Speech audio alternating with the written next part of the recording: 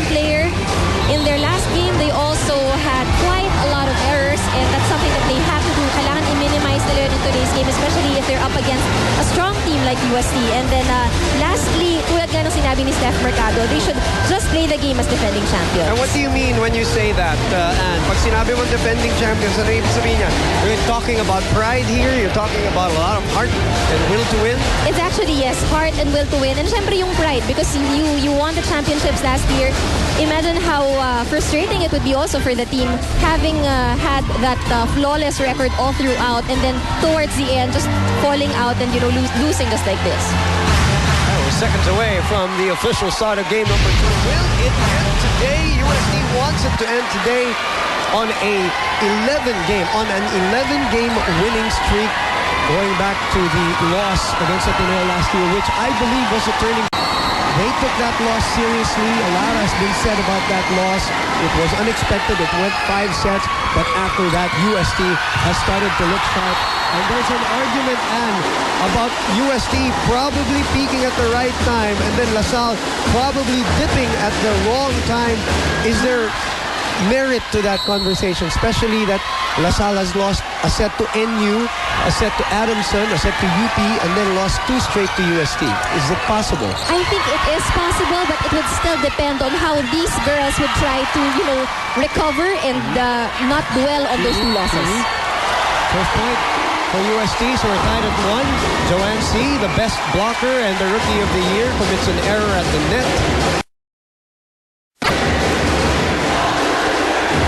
Reception is going to be crucial for LaSalle. They had a lot of reception errors. They could not get Kay Martinez going in terms of resetting because they had reception errors. And just as I said that, one of the best top 5 shot crews who did so well in that department in game 1 with the first reception error for LaSalle. That's right. Reception is actually key dahil if the reception goes exactly to Kay Martinez, now she's only left with one thing to think about, kanino niya ibibigay. Whereas if the reception is not as good, iisipin na niya yung pagtakbo niya, iisipin pa niya kung kanino niya ibibigay. I go to Cha Cruz on the other side. Nope. That's a net block. So 3-1 UST. Let's quickly visit Jessica Mendoza from the UST side. Boom, Coach Shaq de los Santos had a smile that could light up the world when I spoke to him before the game. He told me that at this point he could not be prouder of his girls and that he feels that their performance in Game 1 was their best in the season. Satisfied ako sa improvement ng lahat, he admitted. Now for today's game, he instructed the girls to treat it as their last, block out the pressure and crowd, and to keep their mind on the plays. But beyond strategy, the girls also kept to some pre-game rituals. Jessica Corrato explained that the colored hair accessories, neon shoelaces, and glitter tattoos they have on represent their uniqueness, as she said, to express na amin na ang game na to. Bumanan. Thank you very much, Jessica. Another reception area by the libero, no less, Melissa Gohing. For 1, we have a timeout. And let's listen to LaSalle.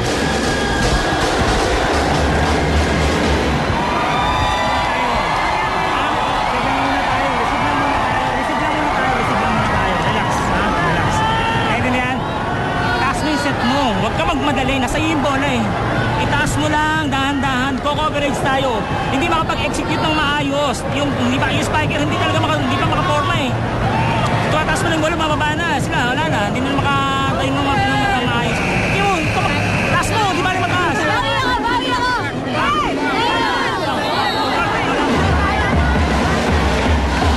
Quick 5-1 start by UST here in this game on a couple of reception errors again by De La Salle University. And Rhea de Maculangan, one of the best servers we have, committing the error. Let's visit Ricky Flores' side this time from DLSU. You earlier mentioned the errors and weaknesses that the Lady Spikers had last Wednesday, and I know what you're thinking. Of all the times na pwede mangyari yung mga yon, dun pa. Well, the Lady Spikers aren't the champions for nothing, and in order to defend their title, they went through some extreme measures, of adjustment, both as a team and individually. Now let's talk about setting and its relationship with Kay Martinez last game. Not only did she watching a movie with her teammates, one pre-game ritual that she did not do last game. Also, the world of setters would like to welcome back Chap Cruz. Coach Ramil is making her his second option in terms of setting. Now these two veterans should take some notes from rookies Z and Abby Maraño, who admitted to me earlier na andun yung kaba, andun yung pressure, but then above everything, they're thinking of the sacrifices they made for this team and use that to play their best. Boom. Thank you very much, Ricky. Because of my headphones. And she mentioned Shaw Cruz there as a possible option to set. We know that she used to do that for LaSalle. That's right. Earlier during the warm-up, we actually saw Shaw Cruz doing some setting exercises. So it seems that I think Coach Ramil is now having that option open for Shaw Cruz to set in this game. All right, we'll take a break. We'll be back. With a 5-point lead. Vallejo now. Steph Mercado, they're off speed. And that's an error for UST. LaSalle will have the point. That's right.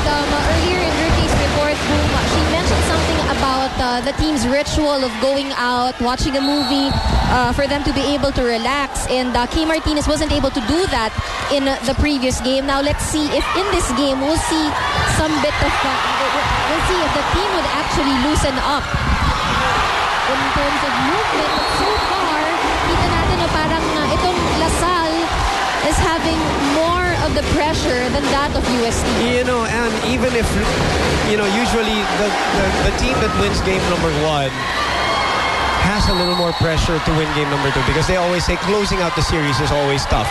But in the case of this series, it seems like even if LaSalle is the one on the back foot, they are the ones pressured to win. Not only because of the perception of the series, but perception of the whole tournament nga, that this was a tournament for them to lose, win or lose. Yun yung mga, di ba, pinagsasabi kahit kung nagsimula pa lang tayo. Oh, that's right. But then, you know, I guess another point that these girls, well, what's in the mind of these girls is that imagine the last 2 games that they have lost. It was actually against UST. Yes, exactly.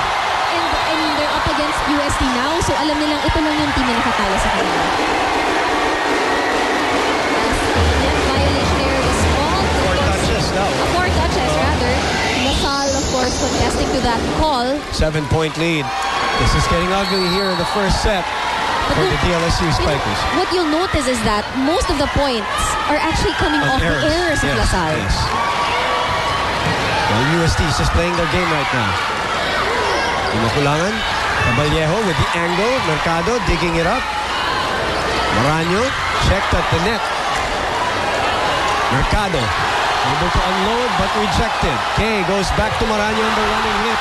That's outside. To a point, pero pahirapan para sa LaSalle.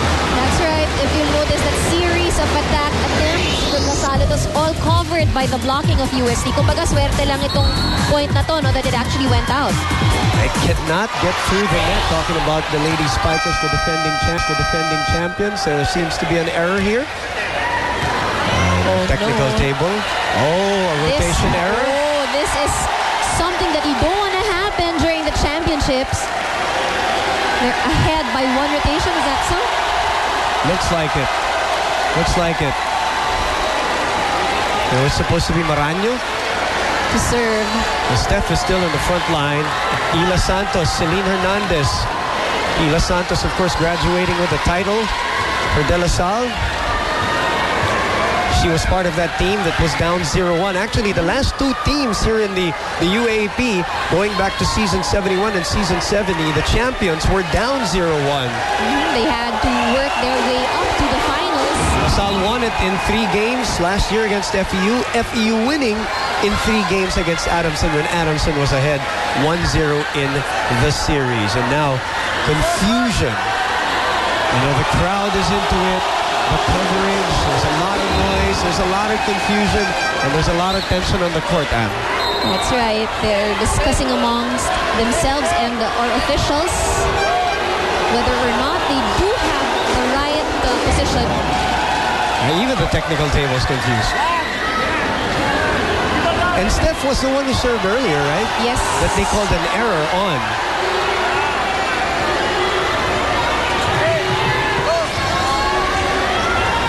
All right, so we're ready to play. 12 serving 5.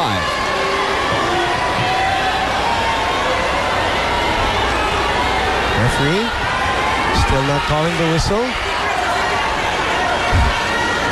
Coach Ramil saying hindi pa nagsaserve si Stephanie Mercado. Why is she